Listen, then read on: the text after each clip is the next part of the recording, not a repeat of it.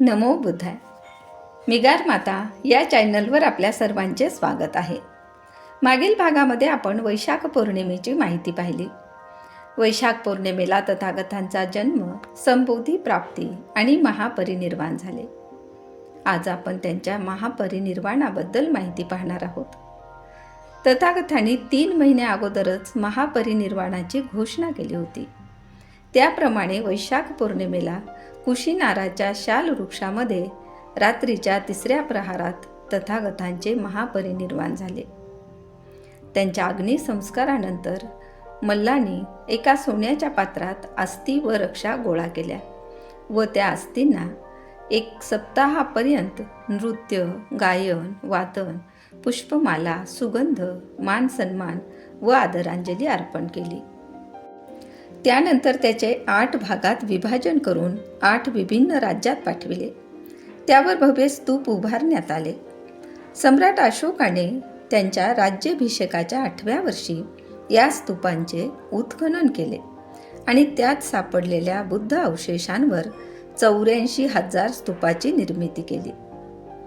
सम्राट अशोक पुत्र अरहंत महेंद्र थेरो यांच्या श्रीलंका भेटीने आणि श्रीलंकेतील धार्मिक राजांच्या सहयोगाने श्रीलंकेत बुद्ध धम्माचे आगमन झाले आणि बुद्धाचे जवळजवळ सर्व प्रकारचे अवशेष श्रीलंकेने जतन करून ठेवले आहेत.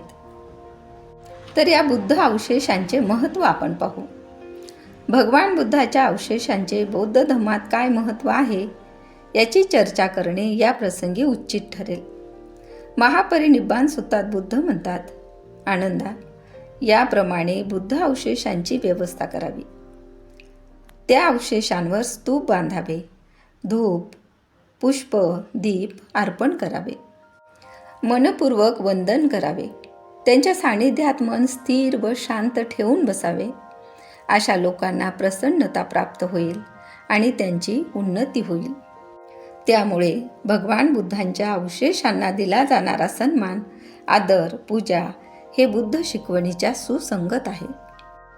भगवान बुद्धांनी संबोधी प्राप्तीकरिता प्राणांतिक प्रयत्न केलेत, अतुलनीय त्याग केला, प्रयत्नांची पराकाष्ठा केली आणि संबोधी प्राप्तीनंतर ते ज्ञान मुक्त हस्ते वाटले. बहुजनांचे अनंत कल्याण केले, मानवाला दुःखमुक्त करण्याचा मध्यम मार्ग सांगितला.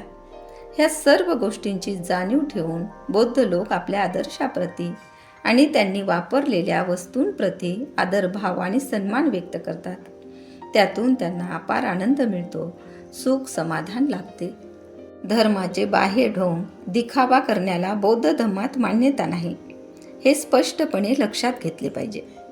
आत्यांतिक पूजापाठ, कर्मकांड किंवा आत्यांतिक तार्किकता यात अडकून न पडता बुद्धाच्या मध्यम मार्गाच्या शिकवणीचा अवलंब करावा. बुद्धाच्या उपदेशानुसार प्रामाणिकपणे धम्माचरण करत जगणे ही बुद्धाला सर्वात मोठी श्रद्धांजली होय. आता पाहूया चैत्य पूजेचे महत्त्व. बुद्ध अवशेष ज्या चैत्यात स्तूपात ठेवले आहेत अशा चैत्याची किंवा स्तूपाची पूजा करणे, फूल हार अर्पण करणे, दीप प्रज्वलित करणे हे कर्मकांड नाही. एखाद्या अबौद्ध व्यक्तीला तसे वाटू शकते, पण ज्या व्यक्तीला बुद्धाची शिकवण माहीत आहे आणि हे कर्मकांड जाणीवपूर्वक केल्या गेले तर त्याचे किती महत्त्व आहे हे समजल्यावर कोणीही हे कर्मकांड निरर्थक आहे असे म्हणणार नाही. जेव्हा कोणी एक बौद्ध व्यक्ती बुद्ध रूपासमोर फुले अर्पितो, दीप प्रज्वलित करतो आणि क्षणभर शांत राहतो, त्यावेळी तो काही प्रार्थना करीत नसतो, काही मागत नसतो. बुद्धाच्या लोकोत्तर गुणांचे स्मरण करून ते आचरणात आणण्याविषयी चिंतन करीत असतो. वाहिलेली फुले कोमसतात, प्रज्वलित केलेला दीप विझतो, यावरून अनित्यतेचा बोध होतो. बुद्धरूप ध्यान आणि एकाग्रता प्राप्त होण्यास सहाय्यभूत होते. बुद्ध गुणांचे स्मरण प्रेरणा देते. ज्यांना ही साधी गोष्ट कळत नाही ते घाईघाईने ही मूर्तीपूजा होय असे म्हणून मोकळे होतात. हा सत्याचा विपर्यास होय. भगवान बुद्धांनी संपूर्ण दुःखमुक्तीचा जो मार्ग सांगितला त्यात दान, शील, भावना ही अंतर्भूत आहेत.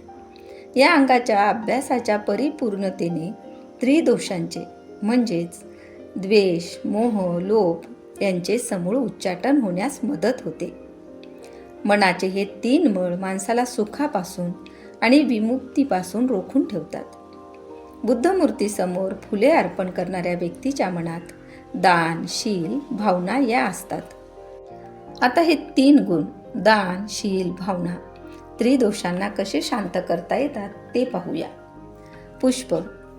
पुष्प हे निसर्गाच्या परिपूर्णतेचा कळस होय. पुष्प मुळातच सुंदर असते. त्याचा मनोहारी रंग दृष्टीला सुखावतो. त्याचा कोमल स्पर्श त्वचेला सुखद वाटतो. त्याचा सुगंध नाकाला प्रिय वाटतो. पुष्पाबद्दल मनात विचार उठता क्षणी आनंद होतो. अशी सुंदर सुखद वस्तू बुद्धावशांसमोर एक व्यक्ती ठेवतो हे निश्चितच दान होय. आणि त्या क्षणापुरते तरी त्या व्यक्तीचे मन लोभापासून दूर झालेले असते. ही फुले जेव्हा ही व्यक्ती श्रद्धेने अर्पण करते तेव्हा स्वाभाविकच ही व्यक्ती वाचेने आणि शरीराने अनुशासित झालेली असते. शील त्याच्या मनात उपस्थित असते. त्यावेळी तो द्वेषापासून मुक्त असतो. जेव्हा ही व्यक्ती चिंतन करते की हे फूल नेहमीच असे टवटवीत राहणार नाही, ते कालांतराने कोमजणारच, नष्ट होणारच. त्याचप्रमाणे सृष्टीच्या नियमानुसार माझे शरीरसुद्धा कालांतराने नष्ट होणार. फुलाचे कोमाजणे, शरीराचे नष्ट होणे याचा करता करविता कोणी नाही, आत्मा नाही. अनत्ता ही भावना होय. मनुष्य जातीच्या उत्थानाकरिता ज्यांनी अत्यंत तळमळीने प्रयत्न केले, अपूर्व त्याग केला आणि मानव जातीला सुख समाधान मिळवून दिले, अशा राष्ट्रीय आणि समाज पुरुषांचे ज्या उत्स्फूर्ततेने पुष्पमाला धूप दीपाने पूजिले जाते, गौरविले जाते, त्याचप्रमाणे देव व मानवाचे शास्ता मार्गदर्शक सम्यक संबुद्धाला सर्व जगात गौरविले जाते, वंदिले जाते. त्यांना आपणही धूप दीप व पुष्पमालांनी पूजावे व आपले मंगल करून घ्यावे. शेवटी पाली भाषेतल्या ग्रंथात असे म्हटले आहे, दिवा तपती आदिच्यो रती आभाती चंदिमा संधो खत्तियो तपती झाई तपती ब्राह्मणो अत्थ सब्भंगा हो रतिंग बुद्धी तपती तेजसा. सूर्य केवळ दिवसाच प्रकाशतो आणि चंद्र केवळ रात्रीलाच प्रकाशमान करतो. आपली शस्त्रास्त्रे धारण केल्यावर क्षत्रिय तेजस्वी दिसतो. जेव्हा ध्यानस्थ असतो तेव्हाच ब्राह्मण तेजपुंज दिसतो. पण बुद्ध मात्र स्वयं तेजाने दिवस रात्र सतत प्रकाशित राहतो. निसंदेह तो जगाचा प्रकाश होता. धन्यवाद.